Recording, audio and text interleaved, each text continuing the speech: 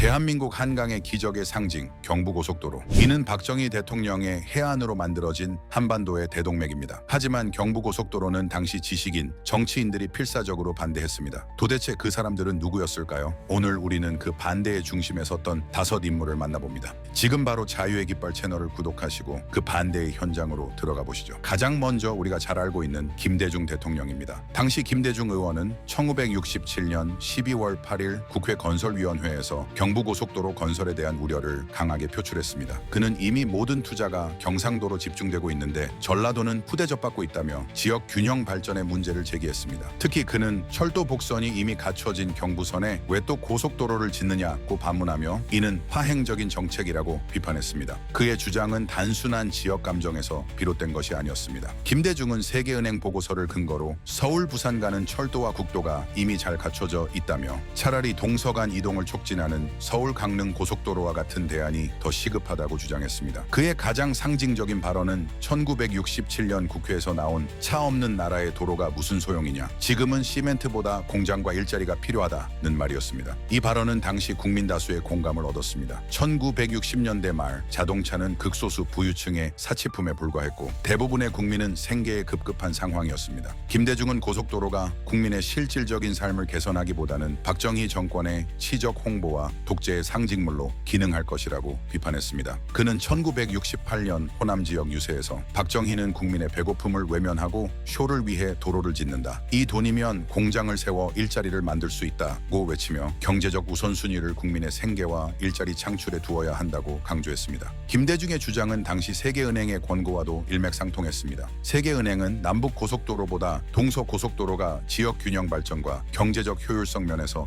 더 적합하다고 보았습니다. 당시 한국의 경제는 수출 중심으로 전환되고 있었지만 산업화의 초기 단계에 있었기에 장기적인 인프라 투자의 효과를 예측하기 어려웠습니다. 김대중은 이러한 불확실성을 바탕으로 고속도로 건설이 국민의 즉각적인 필요를 충족시키지 못한다고 보았습니다. 그는 고속도로 건설에 투입되는 막대한 예산이 공장 건설이나 교육, 의료 등 국민의 삶에 직접적인 도움을 줄 수 있는 분야에 쓰여야 한다고 역설했습니다. 김대중의 경부고속도로 반대는 당시로서는 합리적이고 논리적인 주장으로 평가됩니다. 그는 세계은행의 권고와 국민의 현실적인 필요를 근거로 정책의 우선순위를 비판했으며 이는 많은 국민의 공감을 얻었습니다. 특히 호남 지역에서는 그의 발언이 지역 소외 문제를 대변하는 목소리로 받아들여졌습니다. 그의 비판은 단순히 고속도로 건설 자체를 반대한 것이 아니라 정권의 일방적인 정책 결정 과정과 지역 균형 발전의 문제를 지적한 것이었습니다. 그러나 그의 주장은 몇 가지 한계도 드러냅니다. 첫째, 그는 고속도로의 장기적인 경제적 효과를 충분히 예측하지 못했습니다. 당시 한국의 산업화는 초기 단계에 있었고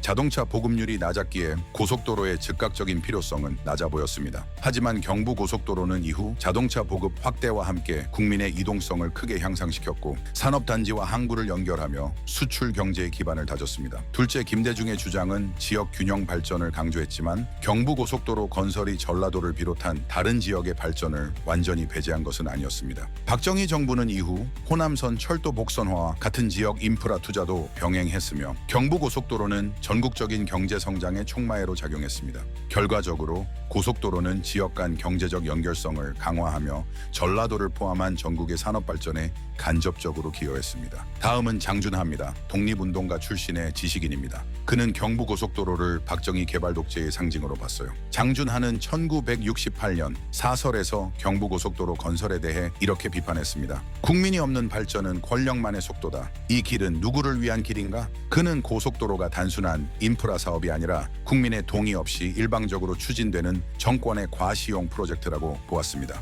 그의 비판은 박정희 정부가 경제 발전을 명분으로 민주적 절차를 무시하고 국민의 삶을 외면한 정책을 강행하고 있다는 점에 초점을 맞췄습니다. 장준하는 고속도로 건설이 권력의 치적을 과시하기 위한 도구로 전락했다고 우려하며 이는 국민의 실질적인 필요와는 동떨어진 사업이라고 주장했습니다. 1669년 한 강연에서 장준하는 더욱 날카로운 비판을 이어갔습니다. 그는 박정희는 속도를 말하지만 방향은 묻지 않는다. 민주주의 없는 개발은 폭력이다 라고 말하며 개발 정책의 민주적 정당성 문제를 제기했습니다. 그의 발언은 당시 침묵하던 지식인 사회에 큰 충격을 주었으며 박정희 정권의 일방적인 정책 추진에 대한 저항의 목소리로 주목받았습니다. 장준하는 경부고속도로가 국민의 삶을 개선하기보다는 정권의 권위를 강화하는 도구로 사용되고 있다고 보았으며 이는 독재 체제의 본질을 드러내는 상징적 사례라고 비판했습니다. 그는 독립운동가로서 일제강점기와 독재 정권에 맞서 싸운 경험을 바탕으로 권력의 일방적 행태에 민감하게 반응했습니다.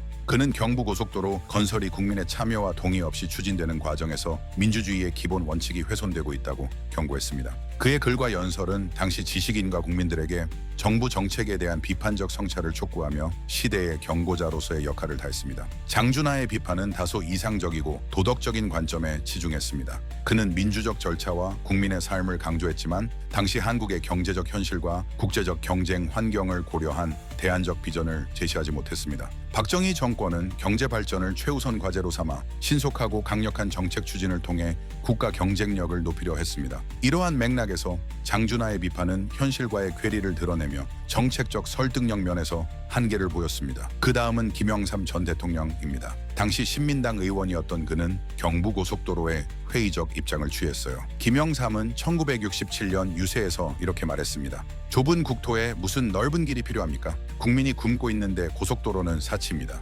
그는 고속도로 건설이 농지를 파괴하고 막대한 예산을 낭비할 것이라고 우려했습니다. 당시 국가 예산의 23.6%가 경부고속도로에 투입될 예정이었으니 그의 걱정은 충분히 이해할 만했습니다. 1960년대 말 한국은 1인당 국민소득이 $130 남짓인 가난한 나라였고 대부분의 국민은 생계를 걱정하며 살았습니다. 자동차는 부유층의 전유물이었고 고속도로가 당장 국민의 삶에 어떤 도움을 줄지 의문이던 시절이었습니다. 김영삼의 반대는 국민의 현실적인 삶에 뿌리를 두었습니다. 그는 농민들의 삶과 지역 경제를 중시했으며 고속도로 건설로 인해 농지가 훼손되고 지역 균형이 깨질까봐 걱정했습니다. 특히 그는 경상도 중심의 개발이 다른 지역, 특히 자신의 정치적 기반인 부산과 경남을 포함한 지역 경제의 불균형을 초래할 수 있다고 보았습니다. 그의 주장은 당시 많은 국민의 공감을 얻었으며 이는 그가 지역 주민들의 목소리를 대변하려는 정치인으로서의 면모를 보여줍니다. 1996년 김종필 전 총리는 김영삼을 비판하며 이렇게 회고했습니다. 경부고속도로 만들 때 노란띠 두르고 공사 현장에 누워 반대하더니 대통령이 되니 그 길을 제일 많이 달렸다. 이 이야기는 다소 과장된 것이지만 김영삼의 반대가 당시 화제가 될 만큼 주목받았음을 보여줍니다. 그의 반대는 강렬하지는 않았지만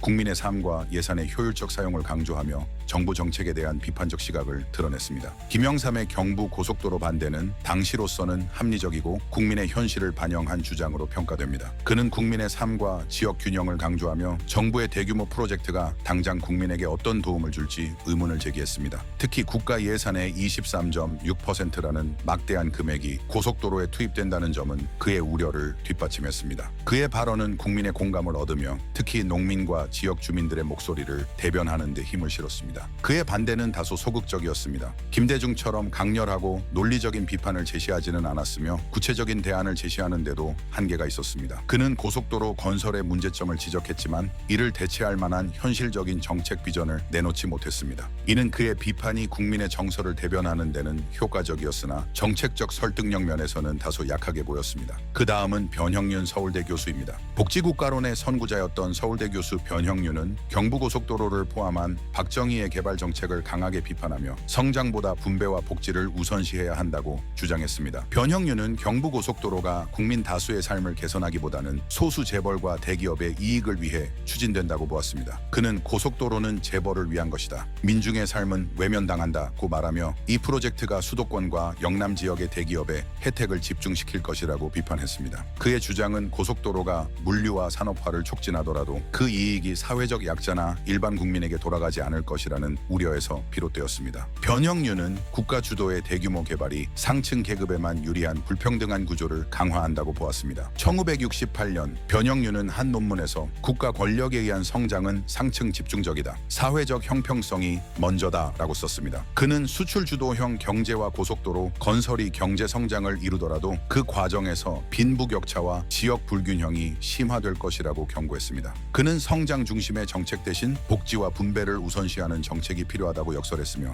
이는 당시 지식인 사회에 큰 반향을 일으켰습니다. 그의 학문적 비판은 복지국가론의 틀 안에서 정부의 개발 정책을 재검토해야 한다는 새로운 시각을 제시하며 진보적 경제학의 기초를 닦는 데 기여했습니다. 변형윤의 비판은 성장과 산업화에 우선순위를 두었던 박정희 정부의 정책과 근본적으로 충돌했습니다. 그는 고속도로 건설이 재벌과 대기업의 물류 효율성을 높이고 수출을 촉진하더라도 농민, 노동자, 빈곤층과 같은 사회적 약자들에게는 실질적인 혜택을 주지 못한다고 보았습니다. 그는 특히 수도권과 영남 지역에 경제적 자원이 집중되는 현상을 비판하며 전라도 등 소외된 지역의 발전이 동반되어야 한다고 주장했습니다. 그의 주장은 당시 최빈국이었던 한국의 현실에서 복지와 형평성을 강조한 이상적인 비전이었지만 경제적 도약을 위해 신속한 인프라 투자가 필요했던 상황과는 다소 괴리된 면이 있었습니다. 그는 고속도로 건설이 상층 계급에 이익을 집중시킨다고 비판했지만 이를 대체할 만한 현실적인 정책 방안을 내놓지 못했습니다. 당시 한국은 국제 경쟁 속에서 수출 경제를 키워야 했고 이를 위해 물류와 산업 인프라가 필수적이었습니다. 변형윤은 복지와 형평성을 강조했지만 최빈국에서 산업화 없이 복지를 실현할 수 있는 방안을 구체적으로 제시하지 못했습니다.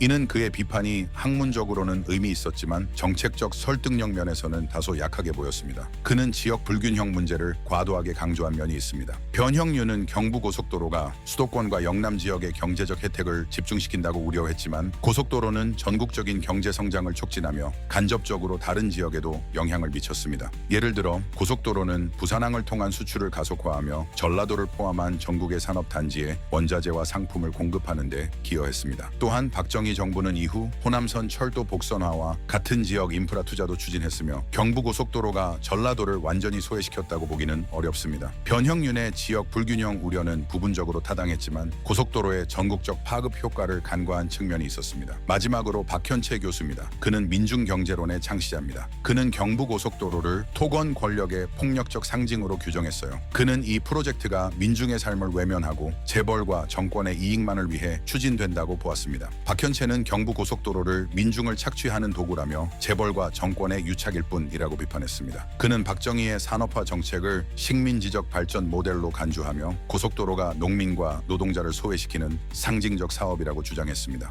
그의 비판은 고속도로가 대기업의 물류 효율성을 높이고 수출을 촉진하더라도 그 이익이 소수 재벌에게 집중되고 민중은 경제적 혜택에서 배제될 것이라는 우려에서 비롯되었습니다. 박현채는 국가 주도의 대규모 개발이 자본과 권력의 결탁을 강화하며 사회적 불평등을 심화한다고 보았습니다. 1970년 박현채는 한 강연에서 근대화는 민중을 위한 것이어야 한다. 고속도로는 누구의 근대화인가? 라고 외쳤습니다. 이 발언은 당시 학생운동과 노동운동 등 민중운동권에 큰 영향을 미쳤습니다. 그의 민중경제론은 경제 발전의 중심에 민중, 즉 농민과 노동자를 두어야 한다는 이념을 바탕으로 정부의 성장 중심 정책에 대한 대안적 시각을 제시했습니다. 박현채는 고속도로 건설이 민중의 삶을 개선하기보다는 정권의 치적을 과시하고 재벌의 경제적 지배력을 강화하는 도구로 전락했다고 비판했습니다. 그의 주장은 이념적이었지만 당시 지식인과 운동권 사이에서 큰 반향을 일으키며 사회적 논쟁을 촉발했습니다. 박현채의 비판은 박정희 정부의 개발 정책과 근본적으로 대립했습니다. 그는 고속도로가 수도권과 영남 지역의 대기업의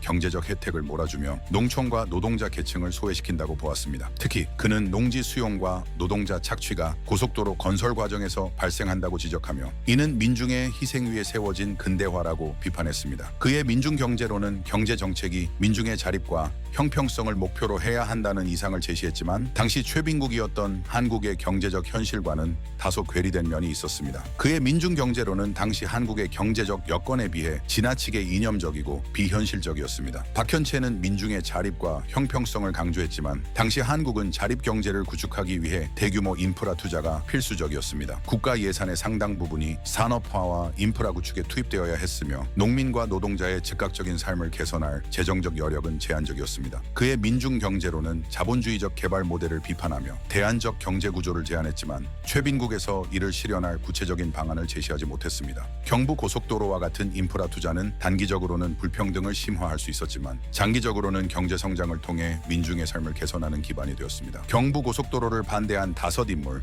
김대중, 장준하, 김영삼, 변형윤, 박현채. 그들은 대한민국의 성장을 방해했던 인물이었습니다. 하지만 당시 근대화와 산업화의 큰 그림을 보기 어려웠던 한계가 있었죠. 세계은행조차 동서 고속도로를 권했고 자동차 없는 나라에서 고속도로는 사치로 보였어요. 그들의 반대는 민주주의, 형평성, 국민의 삶을 위한 외침이었지만 결과적으로 경부고속도로는 대한민국을 세계 무대로 끌어올린 대동맥이 됐습니다. 박정희는 1970년 개통식에서 이렇게 말했어요. 반대한 자들, 이 길을 달려보라. 그 길은 단순한 도로가 아니었어요. 수출 경제의 기반, 국민의 자신감을 키운 상징이었죠. 429km, 2년 5개월, 890만 인원, 77명의 희생. 이 모든 것은 대한민국의 기적을 위한 헌신이었습니다. 하지만 오늘 2025년 여전히 그 역사를 부정하는 이들이 있어요. 경부고속도로를 독재의 산물로 폄하하며 대한민국의 성장 원리를 깎아내죠. 그들은 과거의 한계는 이해하지 않고 억지로 그 결과를 외면합니다. 이런 태도는 사라져야 합니다. 우리는 과거의 공과 과를 냉철히 배우고 미래를 열어야 해요. 이 영상을 대한민국의 미래를 고민하는 누군가와 공유하세요. 앞으로 대한민국의 미래를 함께 만들어 가고 싶으시다면 자유의 깃발 채널을 구독하시고 여러분의 의견을 적극적으로 남겨주세요. 여러분의 의견이 곧 세상을 바꾸는 힘이 됩니다.